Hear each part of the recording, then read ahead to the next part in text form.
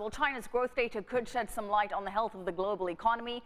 Anne Lee, author of What the U.S. Can Learn from China, joins us now with her views. Anne, thanks for joining us again. Thanks for having me on. And Reuters, as well as other economists, expecting China's GDP data to come in at 7.4%. Are you in line with those estimates? I would say I'm maybe a little bit more optimistic because China has implemented a lot of easy monetary policies, as well as more stimulus for infrastructure. I would think that that was probably filtering through the system towards September, and that might have been able to push up the GDP a little more, which is probably why Wen Jiabao is optimistic.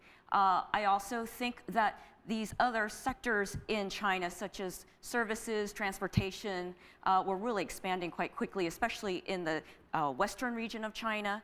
So I think that it could be somewhat higher, but I would say it's going to stabilize around here because the numbers are going to be somewhat squishy. The premier has said that he's confident it'll hit a 7.5 rate. Do you think that it'll put more pressure on the leadership in Beijing to then add more stimulus to maintain this traction? I think that they're going to hold off doing anything major. I really believe that they want to be conservative until the new leadership's in place, and then we'll see what the new leadership decides. Of course, they're going to take some direction from the leadership that steps down because they're going to still provide guidance.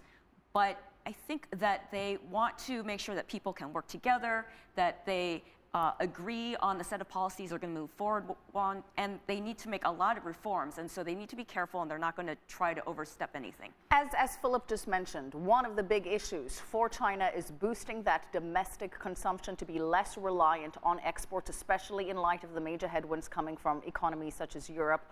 What can the leadership do to bolster domestic consumption? Well, you're already seeing it. They're basically investing a great deal in services. They're actually out there recruiting talent in a lot of different areas, whether it's in social services or in the legal field, in healthcare, to bring in very talented people to China to help them develop these other areas that have been lagging. The financial sector also is seeing a lot of promise, especially as they try to internationalize the renminbi.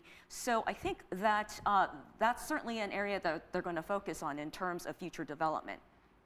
Okay, well, we've run out of time. Anne Lee, thank you so much. Author of What the U.S. Can Learn from China.